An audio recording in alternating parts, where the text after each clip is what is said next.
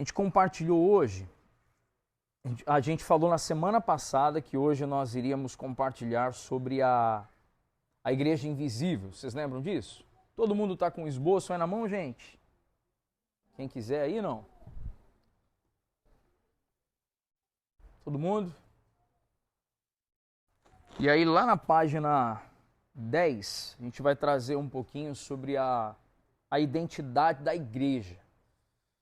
Ô, gente, quando a gente fala de igreja, a gente vai ter aí inúmeros irmãos que vão ter posicionamentos diferentes. É ou não é verdade? Entendimentos diferentes, concepções diferentes. Nossa pretensão aqui não é arrogar para a gente a voz correta, né? Nós estamos falando aqui a voz correta, mas estamos trazendo aqui aquilo que tem sido a nossa percepção, né? A palavra do Senhor nos diz que a gente tem que caminhar na luz que a gente tem. É ou não é verdade? Então nós vamos caminhar então na luz que a gente tem. Amém? E nessa luz que a gente tem, vamos pegar o texto ali de Efésios 1, 22 e 23.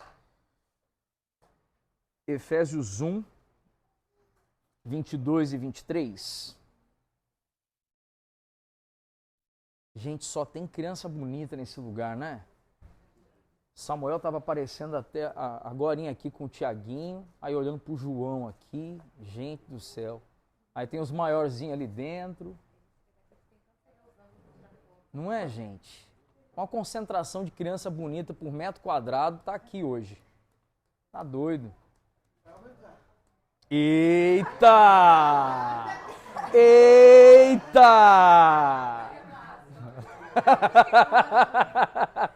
É o João abriu um sorriso, tipo, opa! Mais alguém a caminho.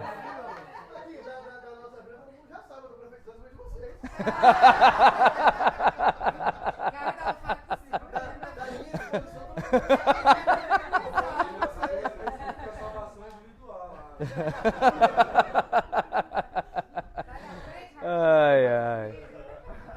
Muito bom, muito bom. Alguém achou aí, gente? Efésios 1, 22 e 23? Lê pra gente aí, alguém bem alto, por favor. Todas as coisas aos seus pés, é isso mesmo, né? Sim. Sobre todas as coisas constituiu-se como cabeça da igreja, que é o corpo, a plenitude daquele que tudo em todos. Amém.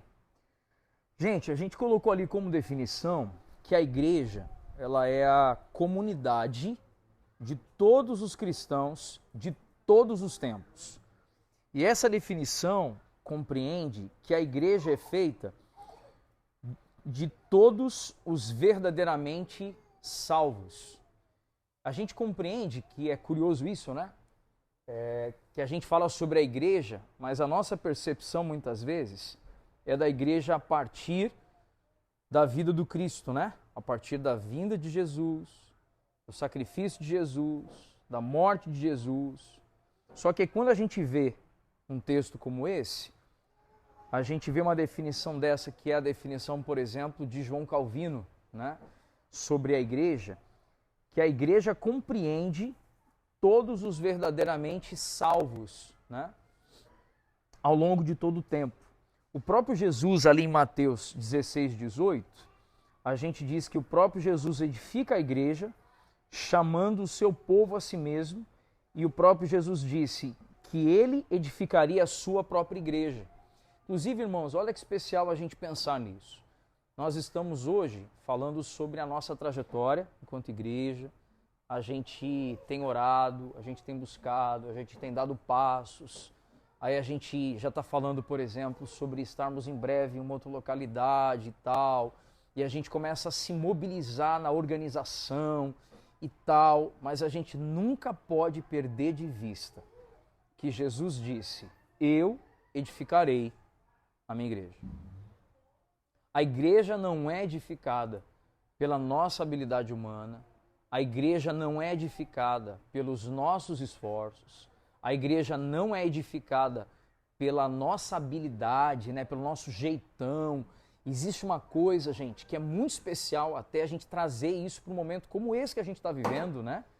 quando eu digo momento da gente, estou falando da gente aqui mesmo, entre nós aqui. Nós não estamos reunidos em torno, e isso é muito comum a gente ver, né? E nós não queremos viver isso, mas nós não estamos reunidos em torno do carisma de líderes. Então, ninguém está aqui por causa do Felipe, por causa da Elinete, por causa de qualquer um dos demais irmãos, porque não somos nós que estamos edificando a igreja edificada pelo Cristo. Então, nós estamos aqui porque quando nos ajuntamos, o que a gente vê revelado aqui entre a gente? Quem a gente vê revelado entre nós? É o Cristo. E aí eu acho interessante, a gente teve até uma conversa essa semana com o Leandro Vieira, uma reunião que durou 2 horas e 50 minutos, gente. Foi um tempo gostoso, assim, de compartilhar. E é interessante que eu gosto de ouvir algumas frases que eles repetem com maior frequência que eu, e isso me incentiva a repetir, né, isso entre nós, né? Deus está edificando a sua igreja em Serra. Deus está edificando a sua igreja em Morada de Laranjeiras. Porque quem está edificando não é ninguém senão aquele que é o cabeça do corpo, que é o Senhor da igreja. Nós hoje, e aí eu gosto muito, é importante a gente até pôr o nosso coração nisso. Tantas vezes, Paulo, quando escreveu as suas cartas, ele se referia assim, ele escrevia assim, eu, Paulo, vírgula, apóstolo de Cristo, vírgula, cooperador do Evangelho. E é uma expressãozinha que a gente deixa escapar às vezes, é ou não é, gente? Qual a expressão que Paulo usava sobre si, gente? Cooperador. Então, com essa declaração, se a gente fizer uma leitura singela, a gente não precisa nem de exegese profunda aqui, né? O que é ser um cooperador, gente? O cooperador faz o que, gente? Ele só ajuda alguém que está operando. Então, Cristo está operando em todos, sobre todos e por meio de todos. A única coisa que nós fazemos aqui é o que, gente? Cooperar. E aí é legal, por quê? Porque isso arranca da gente o desejo de sermos uma igreja protagonista, né? Uma igreja que tem protagonização, uma igreja que arroga para si, né? Não, nós somos a igreja, tal, isso tira da gente por quê? Porque nós não estamos fazendo nada se não tão somente o que, gente? Cooperando com o que Cristo está fazendo e Ele está edificando a sua igreja. E detalhe, gente, tem coisas que Deus está fazendo que a gente não está vendo. Queria pôr isso aqui para a gente processar. Existem coisas que Deus está fazendo no interior de cada um de nós aqui, gente, que a gente não sabe. A gente olha para o irmão, a gente está vendo o irmão aqui, mas Cristo, na obra de regeneração, está tratando coisas no coração de cada um que a gente não está vendo. E essa é a maior expressão de uma igreja que não é edificada pelo homem, mas uma igreja que é edificada pelo cabeça, que é Cristo Jesus. Especial a gente pensar isso ou não, irmãos? Amém? É quando a gente tiver a vontade de dizer assim, dar todas as respostas, aí você lembra que Ele é o maravilhoso conselheiro. Quando alguém vai dizer, não, mas eu estou me doando, sacrificando, aí você lembra que Ele é aquele que teve a sua carne moída. Ele é. Ele é. Ele é o Cristo, o Senhor da igreja. Não é a gente. Não somos nós. Amém? Tem uma expressão especial, e aí está ali no parágrafo a seguir, que eu registrei ali para a gente, que Lucas é cuidadoso quando nos informa que o crescimento da igreja não se deu apenas pelo esforço humano, mas o que diz ali em Atos 2,47? Que o Senhor lhes acrescentava dia a dia os que iam sendo o que, gente? Salvos. E é muito, muito especial até para nós aqui, gente, para a gente posicionar o nosso coração. Eu não vou esconder de vocês, não, porque eu estou muito feliz de ver a nossa casa enchendo. Isso não é gostoso, gente? A gente olhar em volta e ver mais irmãos, ver mais pessoas se aproximando e tal. Mas é curioso, por quê? Porque quando eu tenho conversado, às vezes, com alguns dos irmãos aqui dentro, né? A gente, às vezes, conversa com um, com outro e tal. Mas crescimento numérico é muito especial a gente pôr isso no nosso coração.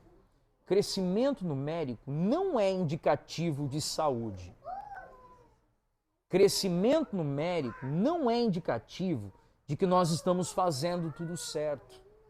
Porque o crescimento numérico ele deve ser autêntico, genuíno e orgânico. Então olha que coisa especial. Eu conheci o Joaquim, acho que tem mais ou menos 1 ano e meio para 1 ano e 8 meses ali. Não chega a 2 anos, né? Que eu conheço o Joaquim. Gente, qual é a coisa mais natural que eu tô vendo no Joaquim ao longo do tempo? Eu lembro dele, né? Uma bolinha com os cabelos espetadinhos, num carrinho ali, que eu lembro que eu conheci vocês, né? Ali, e tá no carrinho, e ele todo bochechudo e tal, pá. E hoje nós estamos vendo esse menino fazendo o que, gente? Andando, começando a balbuciar as primeiras palavras. Na hora de falar 9, ele troca bois. Mas nós estamos vendo o quê? O crescimento como algo que, gente, ele faz força para crescer ou não? Ele não faz força para crescer. Ele simplesmente se alimenta, é nutrido.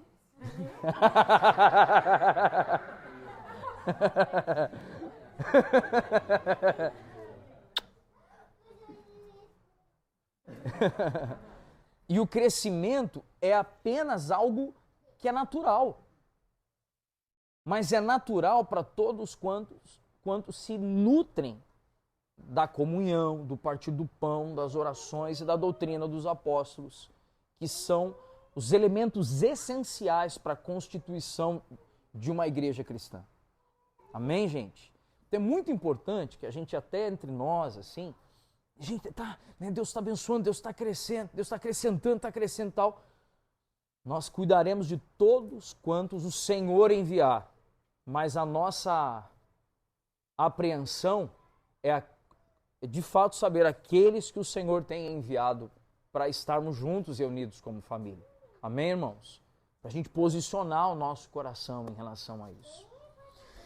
Quando a gente pega algumas expressões do Antigo Testamento, fazendo link com o Novo Testamento, o Wayne Grudem, que tem um livro de teologia sistemática, né, e tal, ele fez um comentário nesse livro dele, que eu achei muito especial. O termo igreja, ele é um termo que a gente vê no Novo ou no Antigo Testamento, gente?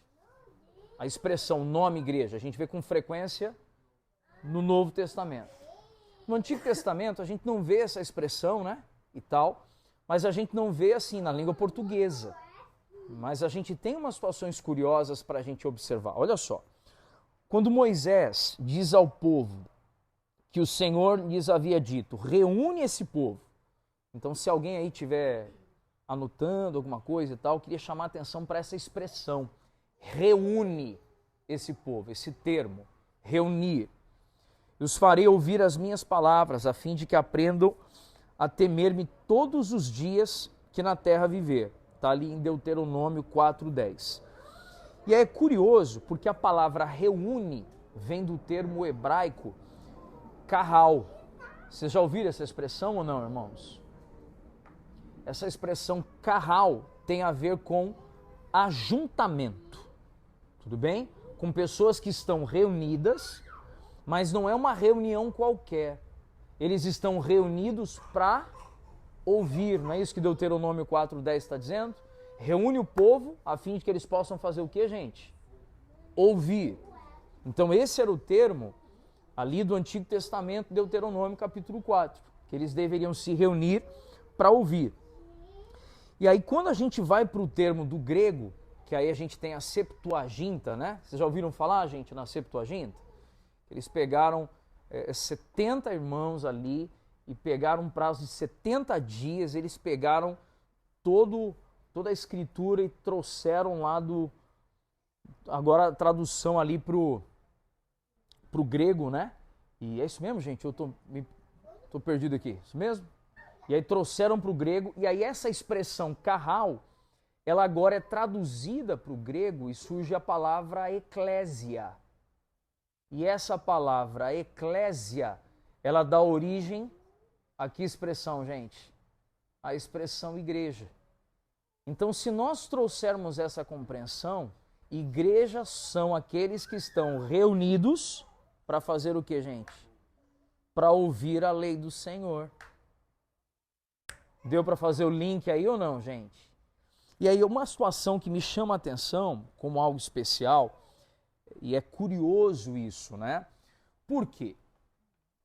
Alguns assim, e eu lembro que eu ouvi isso por muitos anos, e geralmente o pessoal que trabalha com missões, quando você vai numa igreja, por exemplo, histórica, né, e tal, aí você tem departamento de missões, pessoal que trabalha com envio de missionários e tal. É muito comum quem vai pregar sobre missões usar o termo assim, não, eclésia quer dizer chamados para fora. Vocês já ouviram esse termo ou não? Já ouviram? E aí, gente, a gente vai cavando algumas coisas e você vai descobrindo outras percepções, certo? Quando Deus, na verdade, deixa eu mudar aqui o enfoque. Quando a gente vê que José vai para o Egito, assume como governador do Egito, e vem Jacó, seus irmãos e o restante do povo para o Egito, quando Jacó chega ali e se apresenta a Faraó, é apresentado a Faraó, né, só fazendo um parêntese aqui que eu não vou aprofundar nisso, mas eu gosto dessa expressão, quando o Faraó pergunta para Jacó, quantos anos você tem? A resposta de Jacó foi, meu senhor, são 130 anos de peregrinação desse teu servo sobre a terra. Olha a resposta de Jacó. São 130 anos de quê, gente? De peregrinação. Jacó, mesmo antes do Cristo, já se via como forasteiro e peregrino sobre a terra, sabendo que ele estaria passando por aqui. Fecha parênteses, volta. E aí quando Jacó ele vai e se ajunta com o povo, ele pede para ficar na terra de Gósen. O que era a terra de Gósen? Eram umas campinas que ficavam ao lado do Egito, mas ficavam fora do grande Egito. Gente, olha que especial isso. Ficava o que eu disse aqui? Fora. Por quê? Carral, um povo ajuntado para ouvir o Senhor e separados para fora, mas é para fora do Egito. Faz sentido isso ou não, gente? Traz agora eclésia, a igreja, chamados para fora. Não está falando apenas de uma perspectiva missionária, embora devamos ter essa percepção, sim ou não, gente? Sim, devemos ter essa percepção, mas os chamados para fora ali era que devemos viver separados do que, gente? Do sistema egípcio. E o sistema egípcio simbolizava o que, gente? Simbolizava o sistema mundano. Agora, atenção, não é viver separado como um xiita radical que não vai se assentar muitas vezes numa família, com irmãos, que precisam ver o Cristo revelado em nós a fim de que conheçam o Evangelho. Vocês entenderam isso com muita clareza ou não, irmãos?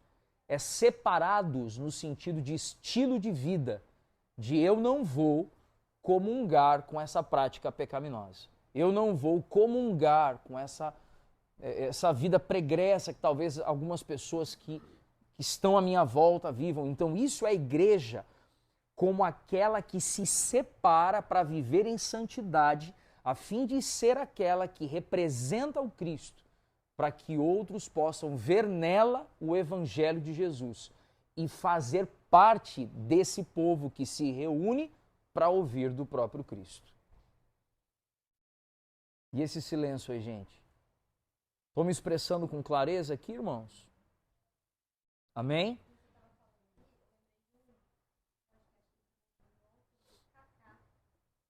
E aí alguém perguntou para ele assim, como é que você conseguia se abster, né? Porque você está ali no meio dos jogadores, ganhando muito dinheiro e tal. E ele sempre teve muitas lutas. Aí ele falou, eu tive muitas lutas. Só que eu buscava em Deus para conseguir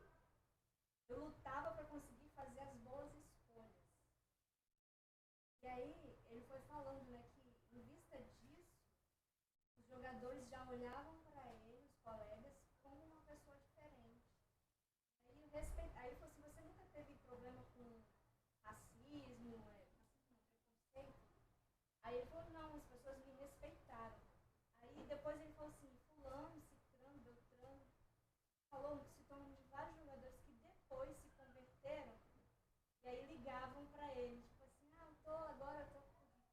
tamo junto, né? Tipo assim, então ele era um exemplo, uma referência, que é o que a gente precisa ser. Estava ali no meio difícil, né? Mas ele soube se separar. Vamos usar uma expressão aqui cuidadosa? A palavra santo significa o que, gente? Separado. Esse é o significado. Mas é alguém que não se acessa? É alguém inacessível? Esse santo? Não, é alguém que é acessível, mas que por escolher um estilo de vida separado, faz o que, por exemplo, o Kaká fez. Escolheu um estilo de vida separado e pôde se tornar um referencial do Senhor a ponto de pessoas depois acessarem a vida dele para então poderem conhecer o Evangelho. Olha que especial isso, é ou não é, gente? Legal? Pode falar, mano. Na nossa ministração sobre Hebreus 12, não lembro qual delas, a gente falou um pouco mais a fundo sobre isso. Como viver na cidade e fora da cidade. Boa. Boa. Inclusive a gente até cita aqui, né? Logo na próxima parte aqui, a gente faz exatamente esse paralelo, né? Sinai lembra Moisés e a lei, né? E Sião lembra quem? Jesus e a nova humanidade, trazendo esse link pra gente. Até aqui, irmãos, tudo bem ou não? Vocês estão acordados, gente? Bom? A gente tem uma consciência que a gente, depois que aceita Jesus, a gente é diferente, tudo é diferente. Eu já ouvi muito assim. O que ele está crescendo? O namoro cristão é diferente. Gente, a gente aceita Jesus, a gente continua sendo humano. A nossa humanidade continua com a gente comete erros. E aí eu tenho, assim, falado com as pessoas, olha, Deus odeia a nossa carnalidade, mas Ele ama a nossa humanidade. É na nossa humanidade que nós glorificamos a Deus. Mas na nossa carnalidade a gente não glorifica a Deus. Então o fato de eu receber Jesus, o que vai mudar? A nova natureza. Eu vou receber tentações, eu vou pecar também, só que eu vou me arrepender com mais temor ao Senhor. Tipo assim, agora eu sou parte de uma nova natureza, eu cometi isso, então eu vou me perdoar mais. Muito bom. Me arrepender mais, vou amar mais. O Senhor tem falado na palavra. Muito bom. Amém, queridos? Agora olha que legal aqui. A igreja é invisível, ainda que visível. Em sua realidade verdadeiramente espiritual, como a comunidade de todos os cristãos genuínos, a igreja é invisível. Isso se dá porque não podemos ver a condição espiritual do coração de ninguém. Podemos dar a seguinte definição: a igreja invisível é a igreja como Deus a vê. Então, olha que situação interessante. A igreja, gente, quem é que faz parte da igreja, né? Quando a gente para pensar assim, quem é que faz parte da igreja? A gente consegue julgar com os olhos humanos quem faz parte da igreja, gente? Não consegue julgar. A gente não tem, inclusive, assim, se um dia eu fizer isso, vocês podem me parar, vocês devem me parar. Ok? Vocês devem intervir, ok? Vocês devem me interditar. Sabe o quê? Sabe o quê? Deus está... Aqui, ó. Deus está limpando a igreja, separando o joio do trigo. Expressões como essa. Por quê, gente? Porque a palavra nos ensina que o Senhor vê o coração. O homem não vê. Inclusive, essa expressão de separar o joio do trigo é uma expressão para o dia do juízo. Não é uma expressão para a gente produzir desconfiança entre irmãos. Para produzir diminuição entre irmãos. Ah, vai ter um irmão entre nós que é difícil. Ué, gente, a começar em mim. Eu sou um cara difícil.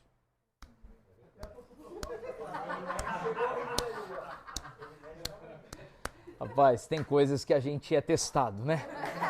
É testado. Aí sabe o que acontece? Aí tem um irmão que é difícil, aí a gente lê a parábola do joio e do trigo, aí ouve, de repente, alguém no púlpito dizendo que Deus vai separar o joio do trigo, e aí aquele irmão que está engatinhando na obra da regeneração, a gente vai e marreta o irmão, dizendo que ele é joio. Aí você está entregando esse irmão de volta para o inferno, você está mandando esse irmão para o inferno de novo. A maior expressão do Cristo, gente, foi olhar para Judas, que Jesus já tinha dito na ceia, um dentre vós vai me trair. Minutos depois, tempos depois, não posso dizer minutos, tempos depois, na hora do beijo, amigo, é com um beijo que tu me traz? Jesus não chega nem para Judas e dizer assim, vá pro colo do capiroto, seu porqueira. Nem isso Jesus fala, mas a gente faz isso. Faz ou não faz, gente? A gente faz isso. Fala, filho.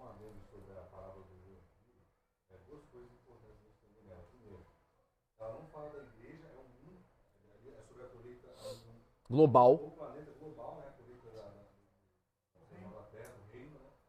E segundo, que é justamente isso que você falou, não visa traçar juízo de valor entre nós e os irmãos. Muito pelo contrário, a palavra diz, deixe que cresça, não se separe agora. Claro, vamos supor Muito bom. que o irmão é neurótico.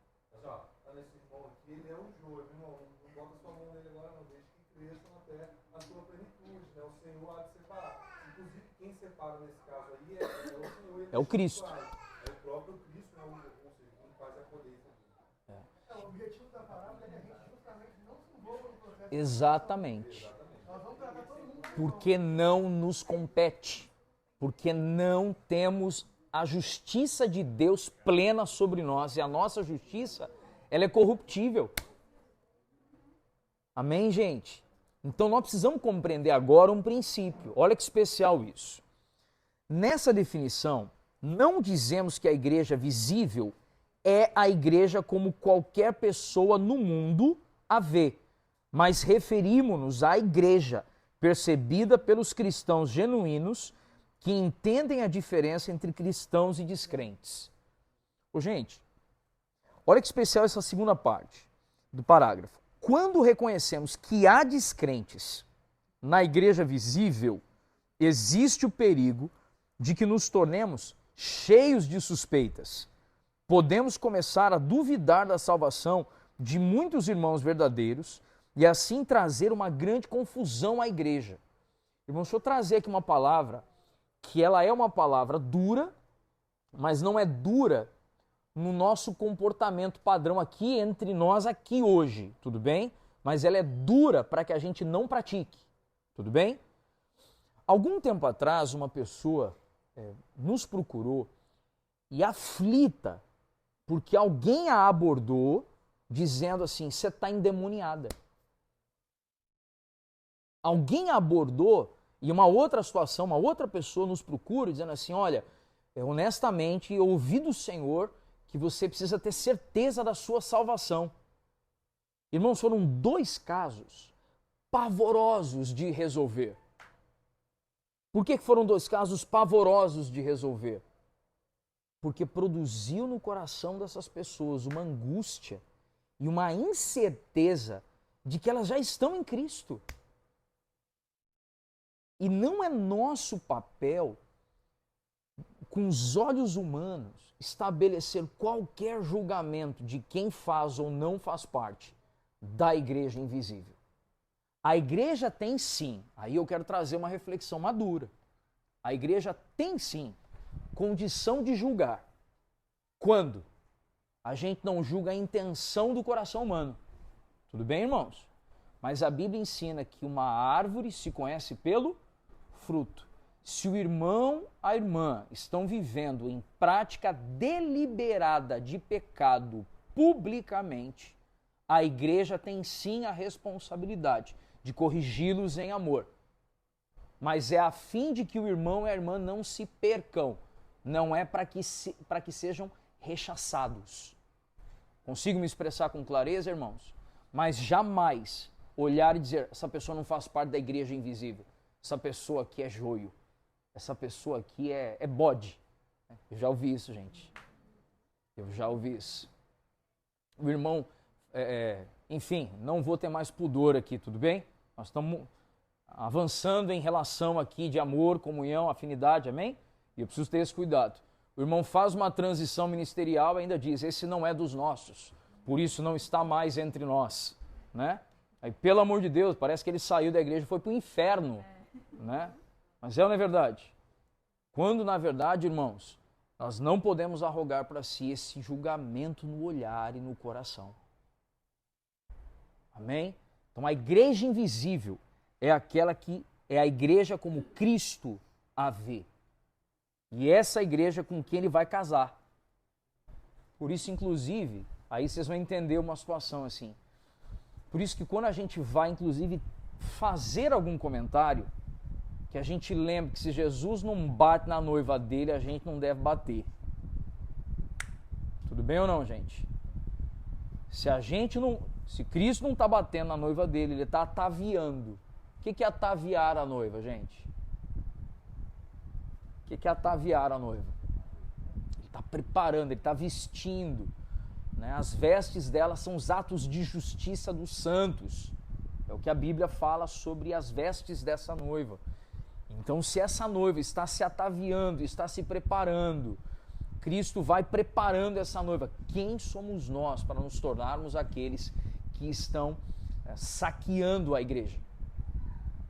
Amém, gente? Continuando aqui, uma expressão importante é: Calvino advertiu contra tal perigo, afirmando que precisamos fazer um julgamento amoroso. Eu inclusive, eu deixei entre aspas aí, vocês perceberam ou não? Porque se deixar a palavra julgamento solta em negrito, né? A gente vai dizer que a gente é o juiz, né? Mas eu pus entre aspas ali, julgamento o que, gente? Amoroso. Porque até quando julgamos é por amor, para que aquela alma não se perca. Amém? Pela qual reconhecemos como membros da igreja todos os que pela confissão de fé e pelo exemplo de vida e pela participação nos sacramentos professam o mesmo Deus e Cristo conosco. Essa interrogação aí que não existe, tá bom? Tudo bem até aqui, irmãos? Agora eu vou dar uma pulada um pouquinho e vou ali para a frase de Agostinho. Pulei um parágrafo e estou ali a frase de Agostinho. Agostinho disse que a igreja invisível é encontrada substancialmente dentro da igreja visível. Então vamos lá, gente. Pensa aí em 10 igrejas que a gente conhece, tudo bem? Pensou em 10 igrejas de 2023 que a gente conhece, tudo bem? Essa é a igreja chamada igreja o que, gente? Visível. Em 10 igrejas que a gente conhece aqui, nos arredores, tudo bem? Essa é a igreja chamada igreja visível. Teremos reunindo na igreja visível pessoas que não abraçaram plenamente o evangelho? Teremos ou não, gente? Teremos. Essas pessoas fazem parte da igreja invisível?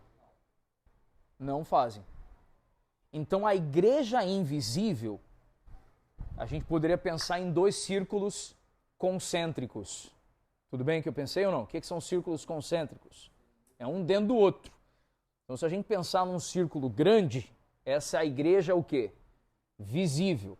E tem um tanto de gente nela. Sim ou não, gente? A igreja é visível. Mas aí o pai está olhando, o filho está olhando e está vendo ali um círculozinho um pouquinho menor, que é a igreja o que, gente? Invisível. E essa igreja invisível, ela é pura, limpa, santa, imaculada, perfeita, e Cristo vai casar com ela. Essa é a igreja invisível. Qual deve ser, então, gente, o nosso esforço? Quando eu digo esforço, não no sentido de meritocracia, mas no sentido de aplicar o nosso coração, tudo bem? No que nós devemos aplicar o nosso coração? Primeiramente, em sermos o que, gente? Em sermos parte dessa igreja visível, amém? Onde eu vou viver o evangelho, eu vou me derramar no evangelho, e de proclamar o evangelho de modo que essa igreja invisível seja cada vez o que, irmãos? Cada vez ampliada, cada vez maior. Gente, vocês estão entendendo uma coisa? Eu estou expressando com clareza aqui, não? Ou está dando um nó aí? Está dando um nó? É? Então fala, gente. Qual nó que está dando aí que a gente vai ver se na multidão de conselhos se desata esse nó aí.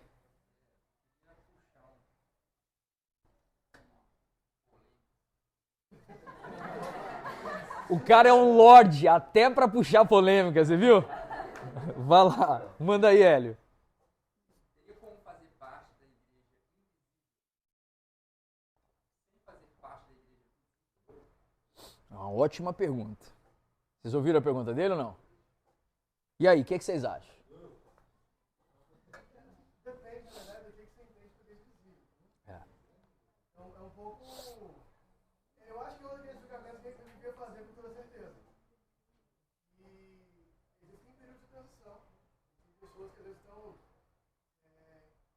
têm o desejo de congregar, mas não conseguiram ali chegar no local, ou chegaram em um, por algum motivo, vamos supor justo, não conseguiram ali permanecer, estão procurando outro lugar. Então, assim, eu acho que a gente não deve olhar isso como status geográfico. Melhor do que geográfico, como status institucional. Tem alguma igreja local visível na Terra que me declara como membro. Não é por aí, entendeu? Boa. Mas eu acho que o esforço visível de fazer parte do corpo de Cristo é necessário. Vamos lá, Hélio. 4 pilares da igreja primitiva. Perseveravam na doutrina e o ensino dos apóstolos, partir do pão, comunhão e orações. É até bom a gente retomar uma situação aqui. Vocês já ouviram essa expressão? A gente chega num culto, né? Aqueles cultos bem efusivos. Levanta sua mão e fala, eu sou igreja. Aí todo mundo, eu sou igreja, é. Não, você não é igreja. Você sozinho, você é templo e morada do Espírito Santo. Mas igreja, carral, eclésia, reunidos, separados, para juntos ouvirem o Senhor. Então, ser igreja é estar de alguma forma como, gente? Ajuntados. Tudo bem? Essa é a primeira definição? É estarem de alguma forma o quê? Ajuntados. Por quê? Porque se eu não recebo toda a porção do Cristo sobre mim, tem uma porção do Cristo em mim, tem uma porção do Cristo em você, tem uma porção do Cristo nela, tem uma porção do Cristo no Soneca. Desculpa, não é Soneca, é o Daniel. Desculpa. Foi sem querer, querendo.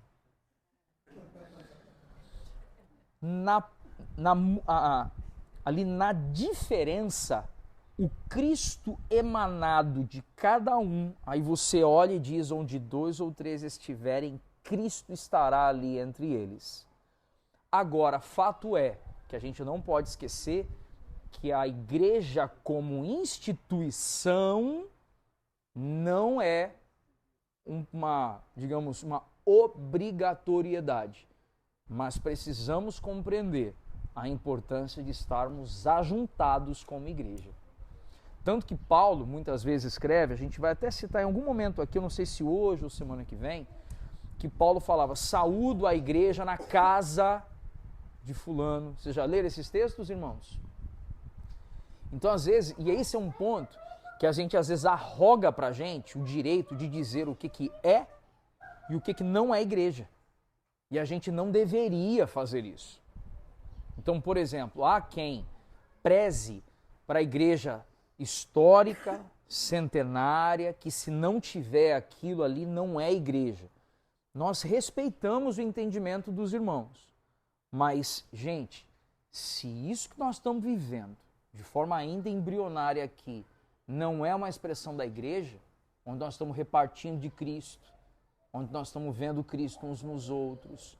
Então vamos lá, vamos agora retomar a sua pergunta. É possível fazer parte da igreja invisível sem fazer parte da igreja visível? Não. Mas o que é essa igreja visível? Nós estamos falando do denominacionalismo? Não. Então você pode fazer parte da igreja invisível e na igreja visível você estar reunido como igreja num ambiente não formal, não institucionalizado. Consegui me expressar melhor agora, irmãos? Amém? Aí onde que mora a sabedoria? A sabedoria mora no filtro. O que é o filtro? Eu conheço os irmãos, por exemplo, de igrejas que se reúnem nos lares, certo? Eu conheço esses irmãos. Onde que mora a sabedoria? Nós estamos nos tornando fechados em nós mesmos ou nós dialogamos com outras igrejas da cidade? Nós aceitamos a expressão multiforme de Deus na cidade? Então eu sou só mais uma expressão da igreja invisível aqui nessa cidade, ou nós estamos arrogando para nós a voz de dizer, não, nós somos a verdadeira igreja. Entendeu, mano? Então sempre, e aí uma das coisas que eu sempre falo assim, o dia que a gente tiver, começar a ter desejo, assim, vontade de dizer assim, não, cara, essa visão que Deus deu pra gente é a visão, cara, aí a gente perdeu a visão. Porque Deus vê de uma forma como nós não vemos. Amém? Consegui te responder um pouquinho, mano? Quer esticar mais o assunto? Ou tá tudo bem? Maneiro? Esse pai aí, o pai desmonta, né? Quero ver a hora que eu começar o Tiaguinho e o João a chamar aí o pai, mãe. Aí vai ser massa também. Tudo bem até aqui, gente? Olha só, Agostinho ensinou que a igreja é o corpus permixtum. O que isso significa? Nós sabemos o que o corpus significa, é um corpo. Corpus Christi significa o que, gente? Corpus Christi. O corpo de Cristo. Corporação é uma organização de pessoas. E corpus permixtum significa que a igreja é um corpo o quê? Misto. Olha que especial, hein? É um corpo o quê? Misto. Amém, gente? Então, às vezes vem alguém, e eu tenho falado isso, hein, gente? Pelo amor de Deus, a gente tem que ter esse olhar, tá bom? Isso é uma coisa que, assim, aquele desejo que a gente veio desde o nascimento, né, da gente aqui, enquanto família, de fé e tal, uma coisa que eu venho falando, que a gente precisa ter a leveza de ouvir um irmão que é muito diferente de nós, amá-lo e respeitá-lo, mesmo que a gente não concorde com tudo. Amém ou não, gente? Sabe por quê? Senão daqui a pouco a gente se torna um grupo seleto que a gente só aceita que um tipo de gente fale aqui entre nós. Então, por exemplo, a Haroldo e a Adriana, eles têm uma relação muito estreita com um pastor que foi pastor deles há algum tempo, que foi o pastor Erasmo, certo? Gente, eu tenho um desejo profundo de conhecer o pastor Erasmo mais de perto. E é um irmão que é mais experimentado que nós. E é diferente de nós, certamente? Sim ou não, gente? Sim. Agora, se existe sabedoria nesse irmão, por que não tê-lo entre nós, por exemplo, em uma ocasião e compartilhando das Escrituras? Faz sentido ou não, gente? Se nós não tivermos esse olhar, nós estamos nos tornando mais um grupo sectarista. O que essa expressão sectarista significa, gente? O que essa expressão sectarista significa? Vem de aquele grupo que se separa e assume para si, não, aqui, tudo bem? Vale salientar um período histórico, né? Que a maior parte dos grupos do século XX que advogaram essa compreensão que a gente agora compartilha com os irmãos, de igreja orgânico, igreja, a experiência primária de igreja, família. Muitos dos grupos que advogaram essa visão do século XX se tornaram Se tornaram. Não Muito. na primeira geração, mas na segunda e terceira. Exatamente. Daí vai estar aí uns 4, 5. É. Então a gente tem, quem tem essa visão tem essa tendência. Então, precisa tomar cuidado. É o nosso desafio. Por isso é tão importante a gente dialogar com pastores da cidade. Porque quando você dialoga com pastores da cidade, com outras igrejas da cidade, no momento que você estiver começando a rogar para si alguma coisa, o que o outro irmão vai vir e vai fazer? Ele vem e desmonta você. Fala assim, que isso, cara? Eu já tô aqui tem 20 anos, você tá chegando agora? Já vai sentar na janelinha? A gente tem que ter gente assim na nossa caminhada. Tem ou não tem, gente? Você quer ver? Eu vou abrir um parênteses aqui, é uma parada aparentemente não oportuna, mas eu sei que vai construir algo aqui entre a gente. Todos os irmãos aqui têm compreensão de que a minha percepção nas Escrituras é de que eu sou um não cessacionista. O que isso significa? Que eu acredito na existência dos dons espirituais, que eles estão aí ainda. Tudo bem ou não, gente? Estão entre nós ainda para a edificação do corpo. Os irmãos sabem que eu creio dessa forma. Mas eu também não sou daqueles que dá tanta atenção somente aos dons. Eu prezo sumariamente as Sagradas Escrituras. Amém? E aí o barato qual é? Que quando eu tenho muitos amigos que são bem pentecostais, e aí eu fui pregar numa igreja Assembleia de Deus algum tempo atrás, quando eu terminei a pregação, desci do púlpito, o pastor virou e falou assim, rapaz, você pregou hoje igual Augusto dos Nicodemos, cadê o cara quente que eu conheço? Reformadão, mano. E tal, aí eu ri, né, e tal, falei, não, mano, hoje eu fiquei mais no esboço, tal, dei aquele sorrisinho amarelo, meio desconcertado, tal, beleza. E aí, anteontem, sexta-feira, eu fui pregar lá na igreja batista da Praia da Costa. Até a Thaísa e o Rafael foram com a gente e tal, pá. Aí preguei, na hora que eu terminei e entreguei o microfone pro pastor lá, o pastor falou assim, quando eu comecei meu ministério eu era mais pentecostal, assim e tal, pá. Eu falei, cara, que maneiro. E eu me amarrei em ter ouvido aquilo. Sabe por que eu me amarrei? Porque eu falei assim, cara, os reformados acham que eu sou pentecostal. E os pentecostais dizem que eu sou reformado, entendeu? Então, tipo, incrível, cara. Por quê? Porque quer dizer que, então, eu não estou nem num polo e nem no outro. Nós estamos aqui transitando no meio termo. Amém ou não, gente? Porque a gente precisa poder dialogar com a cidade. Servir a cidade. O que vocês estão zoando aí já? Estão fazendo bullying já.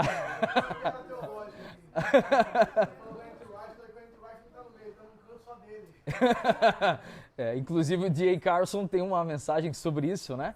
Que ele fala do Wright precisamente, né? Não sei se vocês já viram essa daí. Muro na verdade... Não, o muro é do diabo, irmão. O muro é do diabo, entendeu? Muito bom, muito bom. Essa parábola tá igual o livro da Bíblia. Mano. Heresias 5:12, né, mano? Adicionares 5:13. Vamos lá. Então, gente, olha que especial, né? Nós estamos falando sobre a igreja invisível e trazendo uma ideia de que nessa igreja invisível, eu, o Rafa e eu tivemos uma conversa. Quando falar Rafa, tem que agora falar o sobrenome, né? O Rafael Guzzo, né? Vai ter jeito não.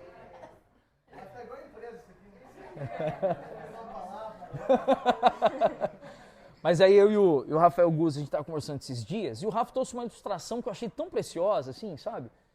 De que a igreja, gente, a gente não é uma estrutura formatada. A nossa formação não foi formatada. O nosso entendimento é mais para um mosaico do que para uma linha histórica e cronológica. Aí a gente cresceu e foi formado nesse mosaico, mas aí chega uma hora da vida da gente que a gente quer transformar isso numa estrutura e quer que os outros creiam na estrutura que a gente está criando. Mas a verdade, gente, é que a igreja em sua pluralidade, ela é linda porque ela é diversa. Ela é linda porque ela é diferente. E é nessa perspectiva dessa igreja invisível, assim, sabe, gente? Dessa igreja ser invisível e amada por Cristo, que a gente vai aprendendo a olhar os irmãos entre nós e diferentes de nós, sem o julgamento de dizer que o irmão é joio, só porque ele é diferente. Porque quem tem esse olhar para falar algo não somos nós, senão tão somente o Cristo. Amém, gente? E eu quero finalizar aqui com um ponto que está um pouco mais lá no finzinho. Vou pular um pouquinho aqui. Que a igreja, ela é local e universal. E aí, Hélio, estava aqui no finalzinho do dia de hoje, tá? Esse finalzinho está lá na página 14. Olha que especial. A igreja é local e universal. No Novo Testamento, a palavra igreja pode ser aplicada a um grupo de cristãos de qualquer tamanho, desde que um pequeno grupo que se reúne sempre em uma residência, até o grupo de todos os cristãos na igreja universal. A gente não pode esquecer, gente, que a igreja primitiva se reunia onde? Nas casas e nas sinagogas, nos templos. Mas a expressão de comunhão era onde, gente? Era nas casas. Amém? A igreja numa casa é chamada igreja em Romanos 16:5, em 1 Coríntios 16:9, que a gente vê ali o próprio Paulo escrevendo, dizendo, saudai a igreja nas casas. Amém? Então, por exemplo, aí agora vamos mudar a nossa compreensão? Vamos mudar a nossa compreensão? Quando a gente diz, estou indo à igreja. Se eu compreendo que a igreja são os santos ajuntados para ouvir do Pai, eu posso dizer, estou indo à reunião da igreja. Porque eu não estou olhando a estrutura física. Porque seja aqui e seja ali na Avenida Copacabana, que a gente está para ir em breve, nós somos o quê? Igreja. Então há um grande problema em dizer estou indo à igreja? O problema está na frase? O problema está na não compreensão. Se eu compreendo que a igreja é o ajuntamento daqueles que se separaram para ouvir do Pai, somos igreja quando nos reunimos. Faz sentido ou não? E por fim, não devemos cometer o erro de dizer que somente uma igreja que se reúne nas casas, e isso daqui, Rafa, eu coloquei exatamente em cima do que você falou, que é o nosso desafio. Não devemos cometer o erro de dizer que somente uma igreja que se reúne em casas expressa a verdadeira natureza da igreja, nem que apenas uma igreja no nível de uma cidade pode corretamente ser chamada de igreja, nem que só a Igreja Universal pode ser chamada apropriadamente pelo nome igreja. Resumindo, não devemos arrogar para nós o direito de dizer e selecionar o que é e o que não é igreja. Quem tem o direito de dizer isso, gente? É aquele que vai casar com a igreja. Quem é? É o Cristo. Amém, gente? Por quê? Porque aí eu vou jogar uma para ser, né, usando uma expressão que o Leandro Vieira usa bastante lá em Curitiba, para a gente ser bem pedagógico, né? Para a gente ser bem didático, né? Se alguém perguntar para vocês assim, qual é a visão da sua igreja? E aí a gente não precisa dizer assim, cara, a gente acha que para ser igreja tem que ter... Não. Geralmente eu começo, quando alguém me pergunta, né? Cara, como é que é a turma lá que está com vocês e tal, pá? Geralmente eu começo dizendo assim, na nossa compreensão, porque quando eu digo isso, gente, o que eu já estou fazendo? Eu estou dizendo que eu respeito a compreensão do irmão. Amém? Eu estou dizendo que na nossa compreensão, na luz que temos, entendemos que precisamos nos reunir nas casas e no ajuntamento público. Mas essa é a nossa compreensão. Acreditamos ser esse o modelo que é o modelo bíblico. Só que é a nossa compreensão, porque pode chegar alguém para nós, por exemplo, alguém teria coragem de receber aqui o Hernandes Dias Lopes e dizer para o Hernandes, não, Hernandes, se você não tem um grupo caseiro, aí você não está vivendo a expressão genuína da igreja. Alguém teria essa coragem ou não?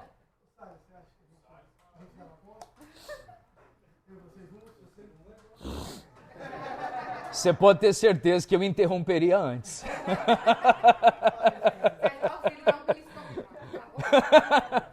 Por quê?